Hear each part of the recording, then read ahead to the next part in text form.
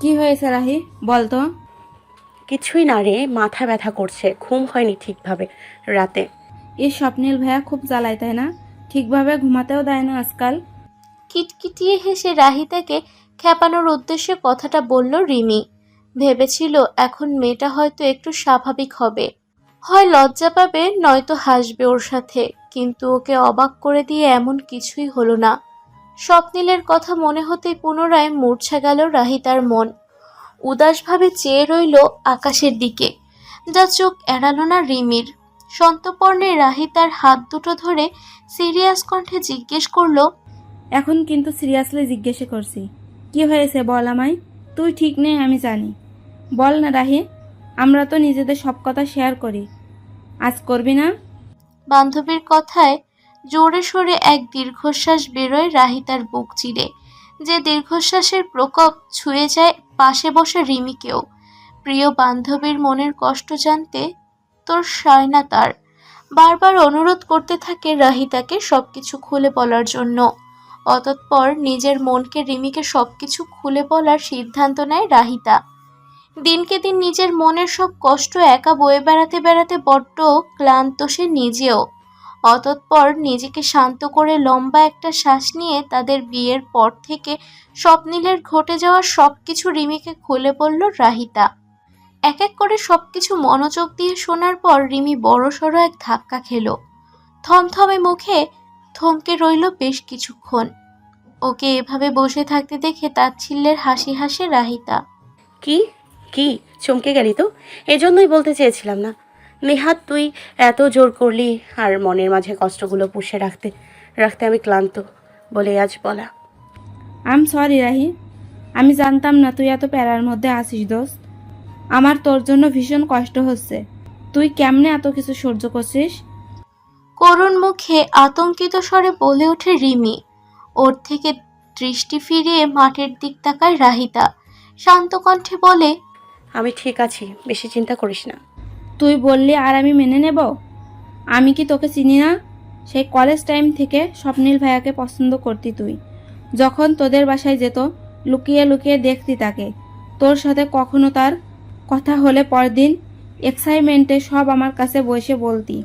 তাই তো আমি যেদিন শুনলাম হুট করে স্বপ্নীল ভাইয়ের সাথে তোর বিয়ে হচ্ছে, সেদিন অবাক হলেও ভীষণ খুশি হয়েছিলাম যে ফাইনালি তুই নিজের ভালোবাসার মানুষকে পাচ্ছিস। কিন্তু জীবনে যে তোর সাথে এত নিষ্ঠুর হবে আমি স্বপ্নেও ভাবতে পারিনি। রাহিতাকে জড়িয়ে ধরে ক্রন্দনরত সুরে বলে রিমি। এতক্ষণ নিজেকে কোনো মতে সামলে রাখলেও এবার রিমির সামনে নিজের অনুভূতি আর লুকিয়ে রাখতে পারে না রাহিতা। ওকে জড়িয়ে ধরে হঠাৎ ফুপিয়ে কেঁদে ওঠে।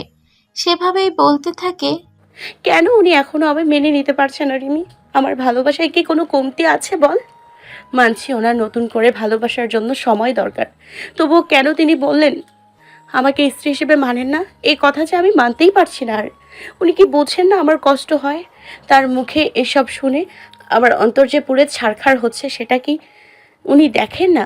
প্রায় মাসখানেক হয়েছে আমাদের বিয়ের, তবু উনি আগের মতোই আছেন।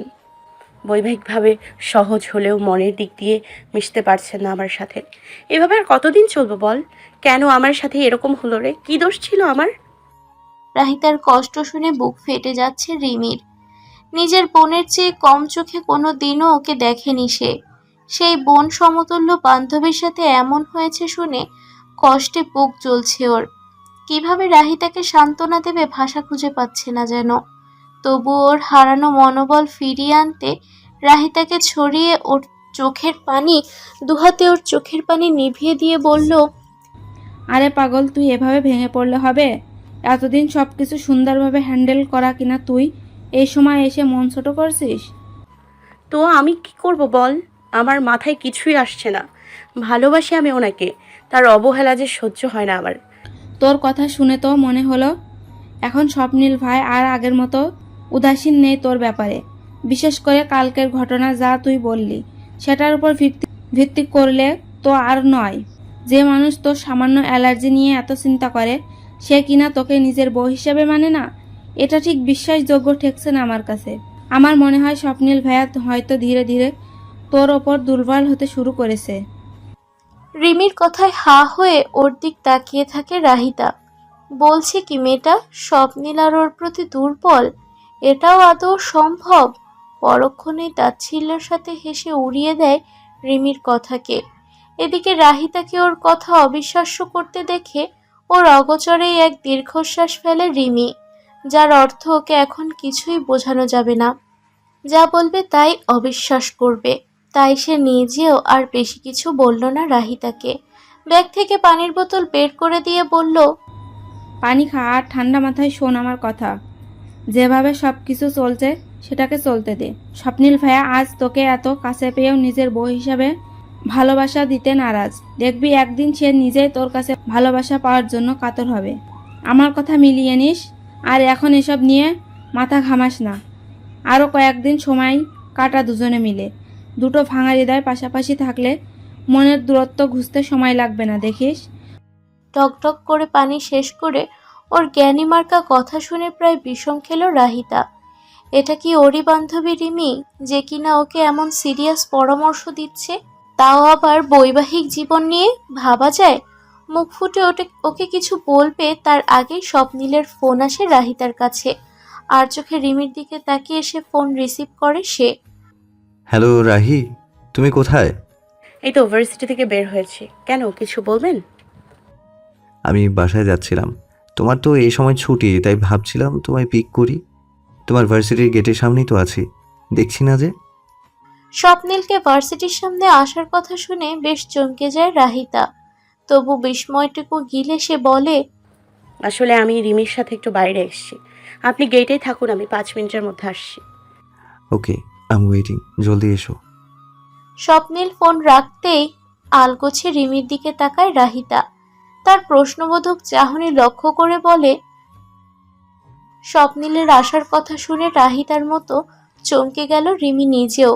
বিস্ময়ের রেশ কাটিয়ে বিড়বিড়িয়ে বলে, বউ হিসেবে মানে না, আবার অফিস পেলে ভার্সিটি থেকে নিতে আসছে।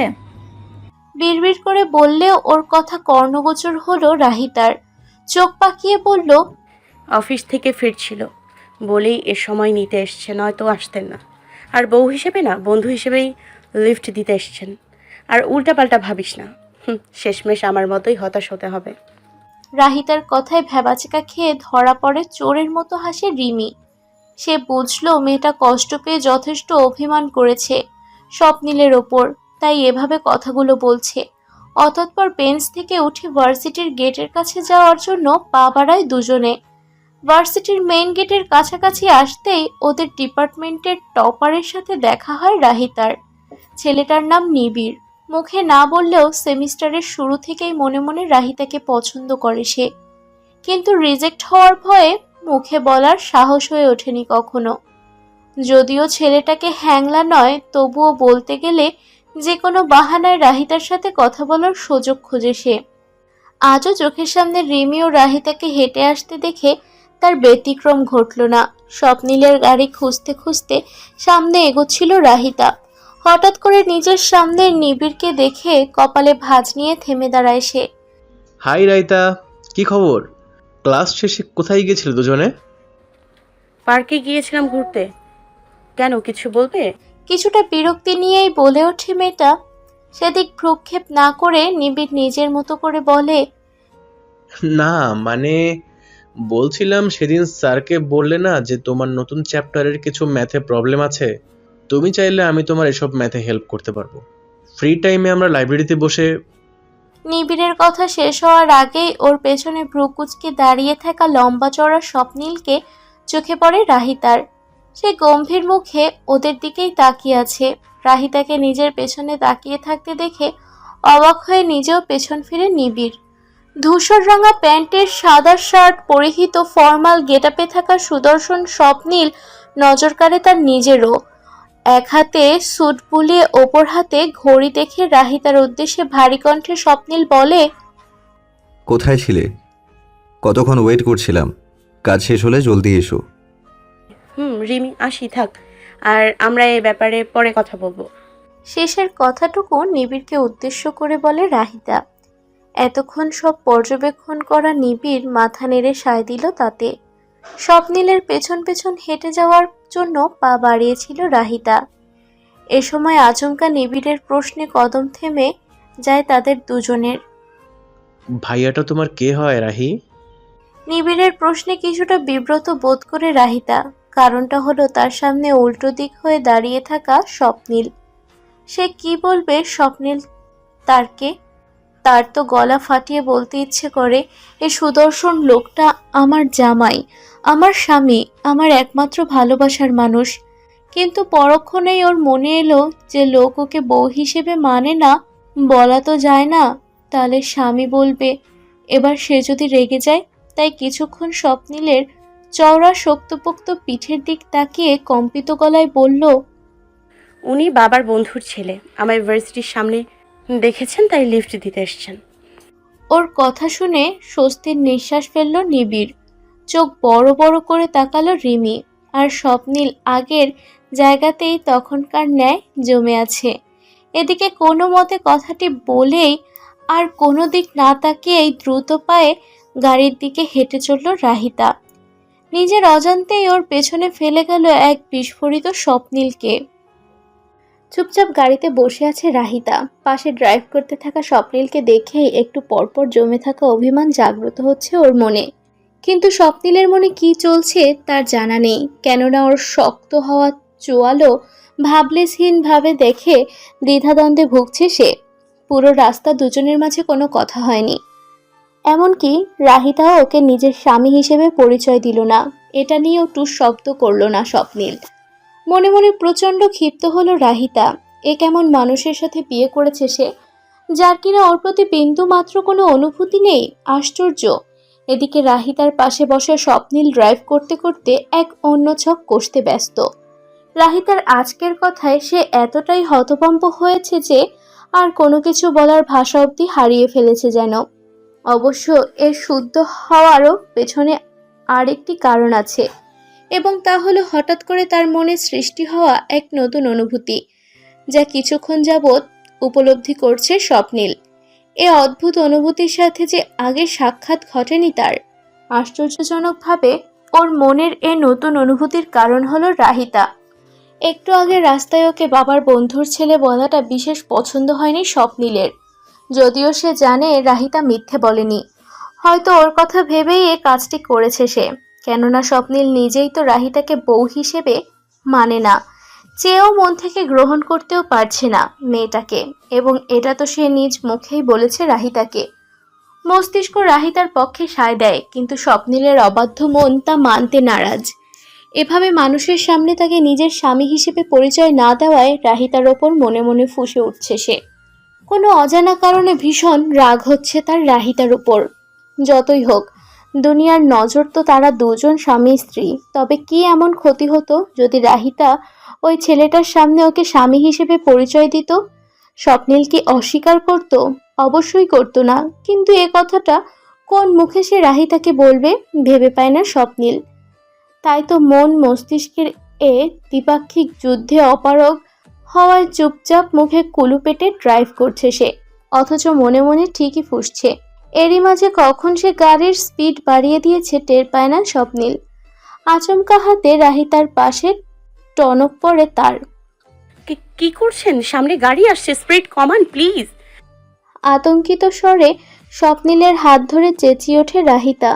এতক্ষণে হুঁশ আসায় মুহূর্তের মধ্যেই স্পিড কমিয়ে সামনে আসা গাড়ি থেকে নিজের গাড়িকে নিরাপদ দূরত্ব আনে স্বপ্নীল। তা দেখে ফোঁস করে ভেতরে চেপে রাখা শ্বাস ছাড়ে রাহিতা। আর চোখে ওর দিকে তাকিয়ে গম্ভীর স্বরে স্বপ্নীল বলে, চিন্তার কোনো কারণ নেই। স্বামী হই বা না হই, তোমাকে সেফলি বাসায় পৌঁছে দেওয়াটাও আমার দায়িত্বের মধ্যেই পড়ে। এই বিষয়ে আমি কোনো গাফিলতি করব না। ওর কথায় কপালে ভাঁজ পড়ে রাহিতার। স্বামী হয় বা না হয়, কথাটা মস্তিষ্কে ঘুরপাক খায় কিছুক্ষণ। স্বপ্নীল কি তবে ওকে তখনকার ঘটনার জন্য খোঁটা দিল? কিন্তু কেন?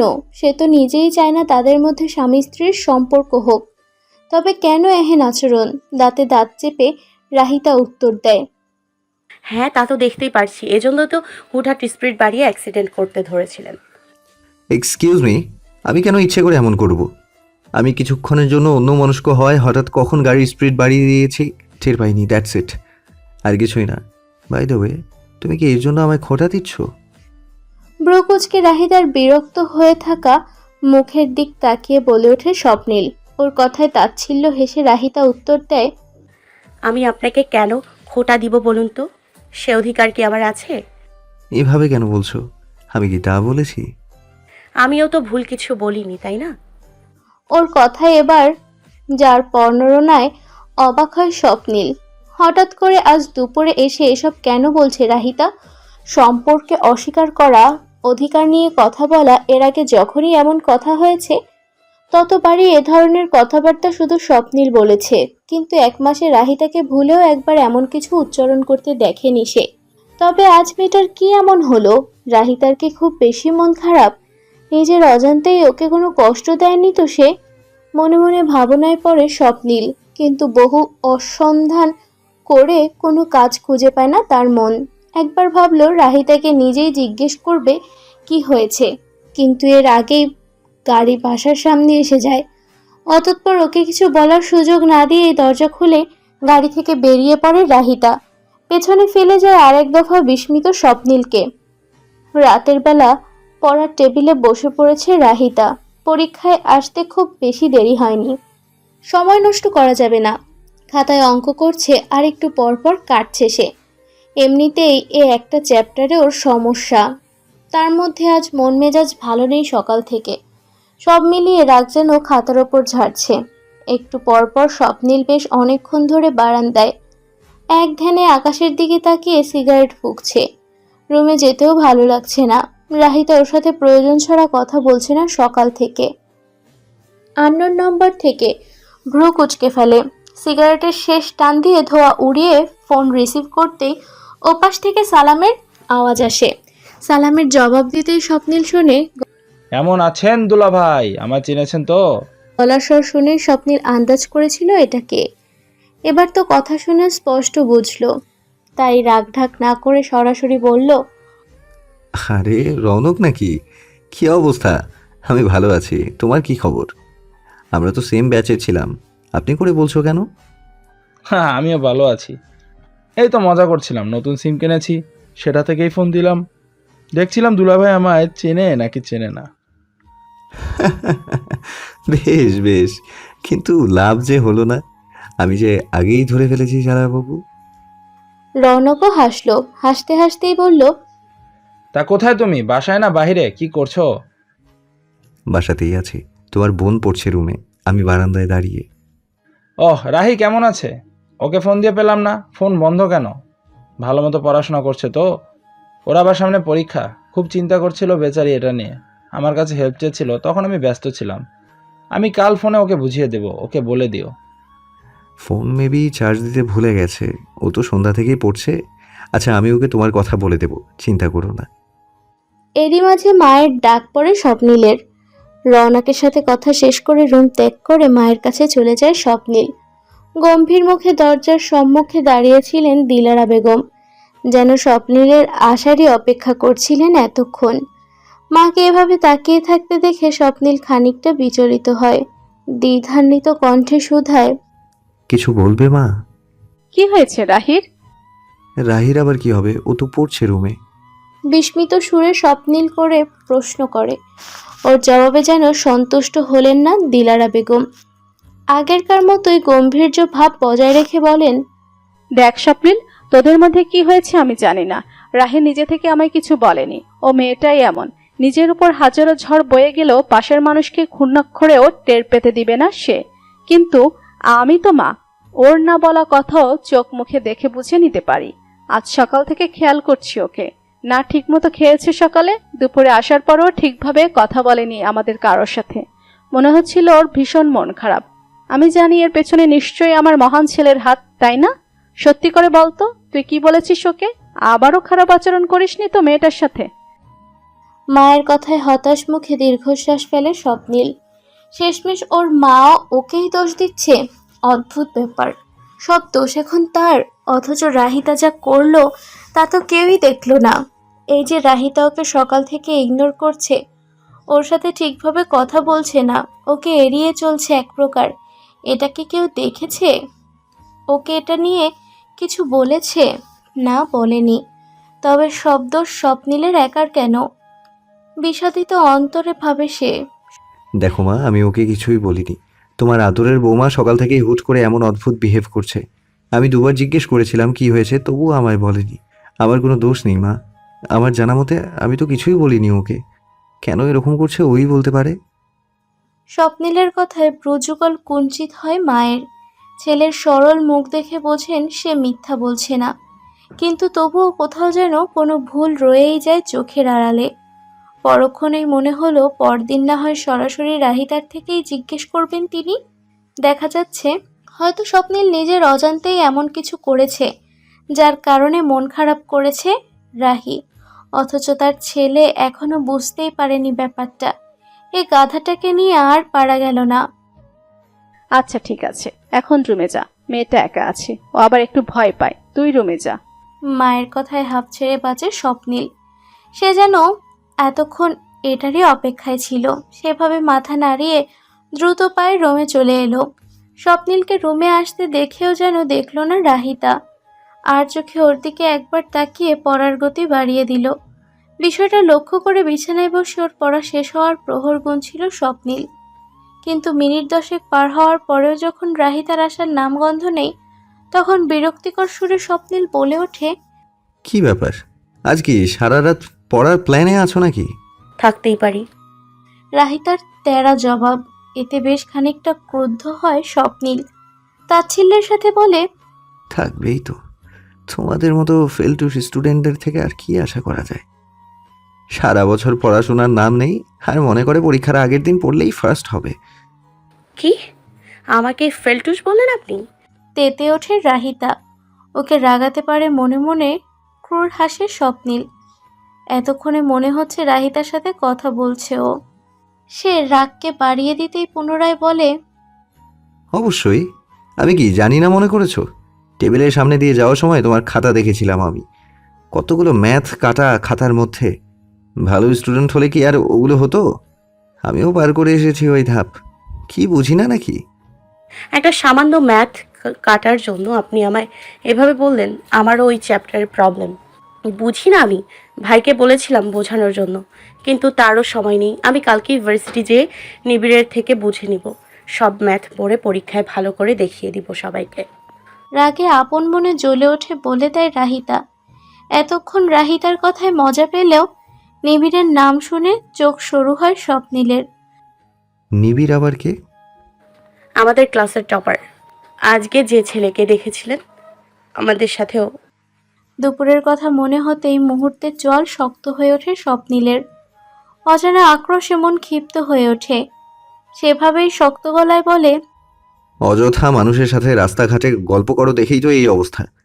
ওই টাইমটুকু পড়াশোনায় দিলে এতদিন তুমিও টপ করতে। এই দেখুন, ভালো হচ্ছে না কিন্তু। কি শুরু করেছেন আপনি? আমার একদম ভালো লাগছে না। তেজি গলায় ক্লান্ত সুরে বলে রাহিতা। এবার স্বপ্নিল থামে। হয়তো এর বেশি কিছু বললে রাহিতা কষ্ট পাবে। বিছানায় শুতে শুতে কাটখাট গলায় বলে, এসব বাদ দাও।